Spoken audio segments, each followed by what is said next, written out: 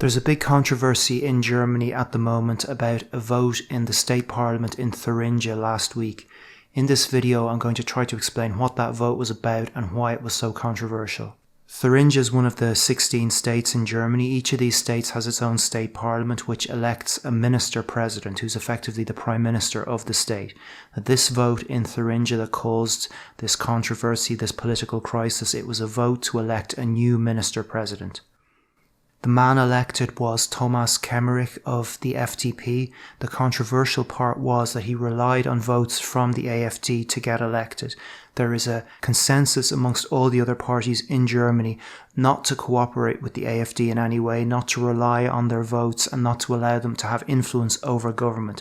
So this is why it was so controversial. It was the first time that a minister-president has been elected with the support of the AfD. Before I move on to the particulars of that vote, let's give some background.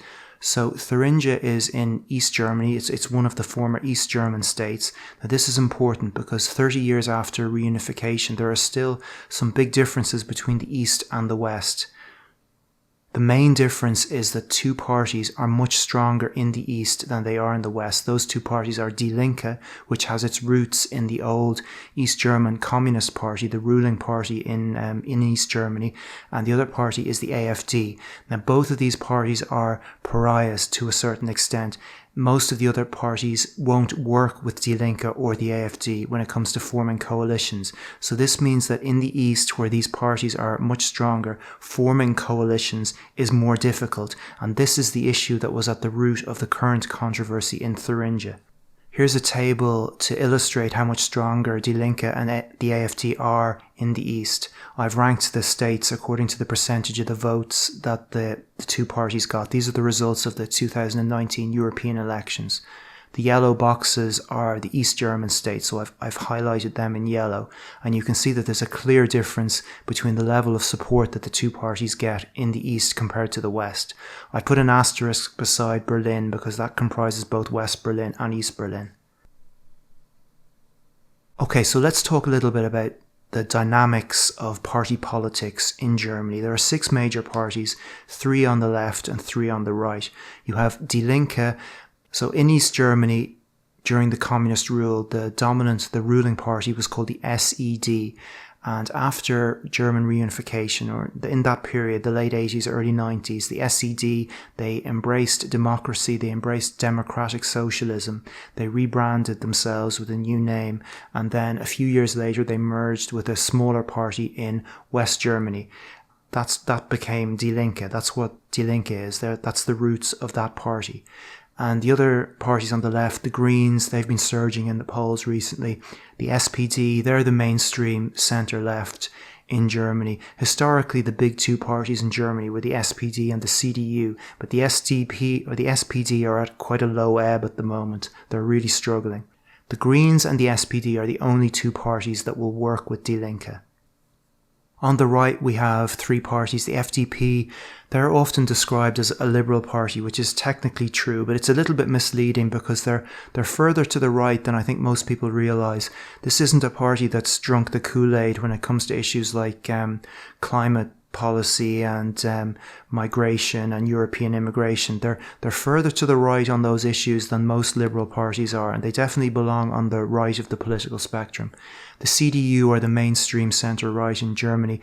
There are different factions within that party. There's a faction more towards the centre, and then there's another faction more conservative, more towards the right. Now there's a lot of tension in the CDU at the moment surrounding the future direction that the party should take. Merkel was definitely on the left of the party. She's moved the party further to the left towards the centre, and some people say that the CDU should stay there because if they move back towards the right, they're going to lose voters to the Greens, which is a concern considering how well the Greens are doing in the polls at the moment. But other people on the right of the party who are more conservative on social issues and also on the economy, they say the CDU should move back towards the right because we're losing voters to the AfD. There's disagreement within the party also about this issue of cooperating with the AfD. Some people think they should work with them, other people say they shouldn't. And this controversy or this disagreement is particularly pronounced at the state level, the state parties, the state CDU parties in East Germany in particular, where this is a real issue, because by refusing to work with the AfD, it's making those state parties, it's really making it difficult for them to get into power in the state parliaments. The AfD are a national conservative centre-right party. They're unfairly labelled as far right. They have some of their members have said some nationalistic things. There's some nationalistic rhetoric around the party. But if you look at their policies, their pro-business, low-tax economic policies, even when it comes to migration, they're not advocating anything particularly radical. All they want is for existing laws to be properly enforced. But none of the other parties in Germany will work with the AfD. So this means when it comes to forming coalitions, both at the national level and at the state level, there are only really two options. The first option is a left coalition, Die Linke, Greens and the SPD. And the second option is Greens, SPD, FDP and CDU, some combination of those four parties. So they're the only two options that you have really, because a natural centre-right alliance between the FDP, the CDU and the AfD, that's ruled out. The FDP and the CDU won't work with the AfD. So you only have two options then. And if neither of those two options are able to command a majority, then you're going to have problems, which is exactly what happened in Thuringia. Now, the AfD in Thuringia are led by Bjorn Höcke. He's probably the most controversial person in the party. When people criticise the AfD and they say that they're extremists and racists and so on, they don't mention so much Alice Weidel and Alexander Gauland and Jörg Meuthen, the figures in the Bundestag. The guy that they always mention first is Höcke. He's the leader of the AfD in Thuringia. Now, he said some controversial stuff in the past. I think a lot of what he said has been misrepresented in the media. Probably the most controversial thing he said was the Holocaust memorial in Berlin was, quote, a memorial of shame. He said, we Germans were the only people in the world who have planted a memorial of shame in the heart of our capital.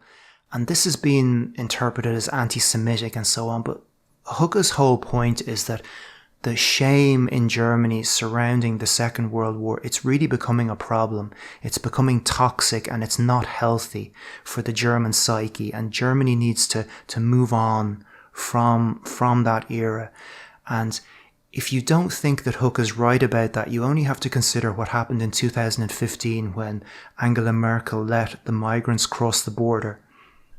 There was a famous book called Die Getriebenen, which means those driven by events, by the German journalist Robin Alexander, which discussed in depth and reported in depth, investigated the events of September 2015 when Merkel made that decision to allow the migrants across the border. And he said the main reason Merkel had for making that decision was guilt about the Second World War. So you can see that 70 years after the war, this is still a big issue in Germany. It's still influencing how people think. And that's Höcke's whole point. He's not defending what happened during the war. He's saying Germany needs to move on. Okay, that's enough about Höcke. I just want to point out that when it comes to dealing with the AfD, the Thuringia AfD in particular is controversial because of Höcke. Here's a table showing the various coalition governments in Germany. What I'm trying to do here is to show, well, first of all, the boxes here mean that that party is in power in that state. The union, that means the CDU and the CSU combined. The CSU is a party in Bavaria. So looking at all these boxes here, the first thing that strikes you is the AfD aren't in power anywhere. Die Linke are in power in two states. It's both of those states. It's with the Greens and the SPD. And also look at the union. Look at the places where they're in power. Look how few centre-right governments there are in Germany. Pure centre-right government, which would be the Union and the FDP. There's only two states, NRW and Bavaria. Everywhere else where the Union is in power, they have to go in with the Greens or the SPD or both. Now, this is the type of thing which is causing division amongst the CDU in the eastern states, because they know that in some of those states, they'd be able to form a government with the AfD instead, who are closer to them ideologically. There are three states at the moment that fit that criteria: Saxony, Saxony-Anhalt and Thuringia. In all three of those states, the Union or the CDU would be able to form a majority government with the AfD. In Thuringia, they'd also need the FDP, but that has been ruled out by the party leadership. Okay, let's talk now about the particulars of what happened in Thuringia. These are the results of the 2014 election. So that's not the most recent election. It's one election back. So there are 91 seats and you need 46 seats to form a majority government.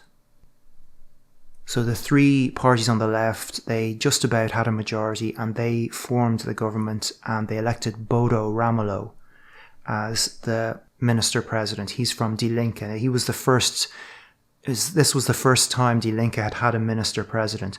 Now this guy is quite popular with voters in Thuringia. He's not particularly controversial. I mean, this whole controversy, it's not about him. The CDU certainly don't want a member of Die Linke as Minister President, but that's because they're opposed to the party. It's not about Ramelow. He's not the Die Linke's equivalent of Bjorn Höcke at all. Here are the results of the 2019 election. This was held last October, so there were 90 seats this time. And you can see that Die Linke increased. They won an extra seat. They increased their percentage of the vote as well. They actually came first in the percentage of the vote that they got, but their coalition partners lost seats. So they lost their overall majority. The three parties on the right now had enough seats to form a government if they so wished, but of course the FDP and the CDU have a policy of not working with the AfD, so that option was out. Here are the details of the vote which took place last Wednesday. Now I have the video footage of this session of the Parliament. It's very dramatic. I'm going to make a highlights video of what happened in the Parliament that day. I'm going to translate it and subtitle it. I want to keep this video relatively short, so I'm not going to include any of that footage in this video, but I will mention one thing. After Kemmerich had been voted in, various party leaders went up to him and congratulated him and shook his hand and gave him bouquets of flowers, which is the traditional thing to do. And one member of Die Linke went up to him with a bouquet of flowers, and instead of giving it to him, they threw it at his feet in disgust. And later, when Kemmerich was making an address to the Parliament, he was being heckled, saying that he'd been elected with the help of Nazis, and that he'd broken the firewall, is the term that they use, the firewall that's used to keep the AfD out of power. So it was a really dramatic session in the Parliament. The numbers here at the top, they're the number of seats that the parties have. So you can see the three parties on the left had 42, the three parties on the right had 48. There were 3 rounds of voting. At the start of this day, it was expected that Ramelow was going to win. You can see in the video footage that the cameras were surrounding him and people were coming up to him and shaking his hand and so on. Like, the expectation was that he was going to win in the 3rd round. Now, in the first 2 rounds, you need an absolute majority, which means you need to get 46 out of the 90 seats. So in those 2 rounds, you can see that the 3 parties on the left voted for him. He only got 43. The AfD put forward their own candidate, Kindervater. He was an independent who they hoped maybe would attract support. You can see that the AfD, he basically got the AfD's votes, and the CDU abstained. In the 2nd round, it was the same. Now, when we come to the 3rd round, the rules were different, because in the 3rd round, you only need plurality. You only need to come first. You don't need 46 votes. You just need to get more votes than anyone else. So the CDU knew that they couldn't abstain in this round. If they abstained in this round as well, Ramelow would get in. So the FDP put forward Kemmerich as their candidate. And this vote, which it's a secret ballot, by the way, so no one knew what the result was going to be until it was announced. You can see that the CDU went from abstaining to supporting Kemmerich, but also the AfD switched their support. So that was the controversial part. Kemmerich was voted as Minister President, but it was with the support and relying on the support of the AfD. There are still a lot of question marks about what exactly happened and who knew what. The German media has reported that, according to sources within the CDU, that those 3 parties, the FDP, the CDU and the AfD, they did know the day before that this was going to happen, that they were going to vote together, but it has been described as a tacit agreement. So maybe nods and winks. There wasn't any type of official cooperation, but nonetheless, this has caused huge controversy because it's the first time that someone has been elected relying on support of the AfD, and after the results were announced, all hell broke loose. Let's start with Bodo Ramelow and his reaction. This is what he tweeted. He tweeted a quote from Hitler that Hitler made in 1930, and he's saying, "Our greatest success, we obtained it in Thuringia. There today we are really the crucial party, the decisive party. The parties in Thuringia who up to now have formed governments, now they are only able to reach a majority with our assistance." And what Hitler's talking about here is that Thuringia was the first state in Germany in which the Nazis entered a coalition in a state government. That was in 1929.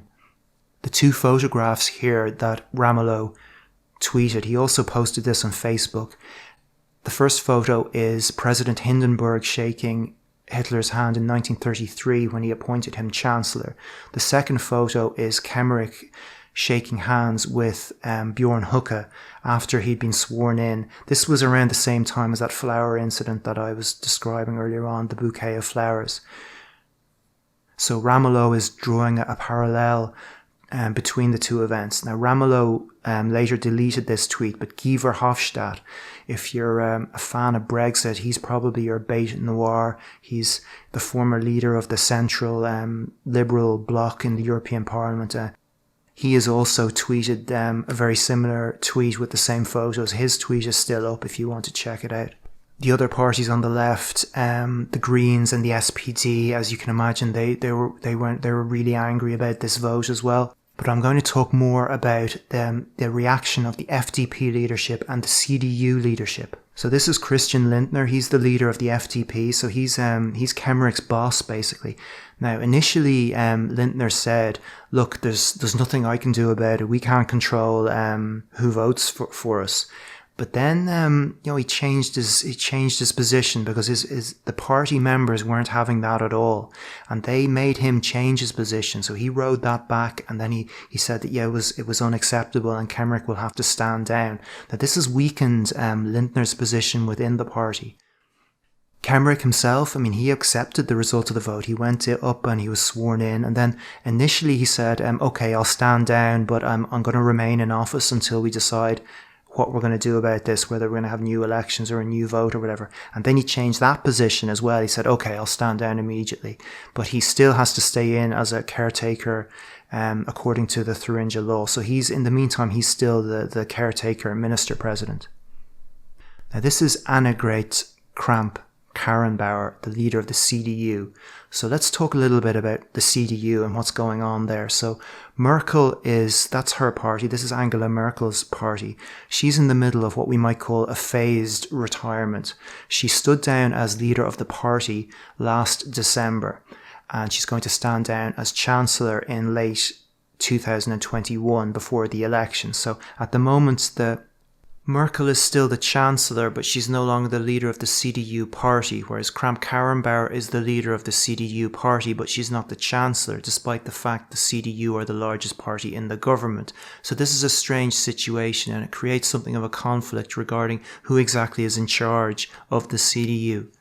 So Kramp-Karrenbauer has been in charge for around a year, and it really hasn't gone well for her.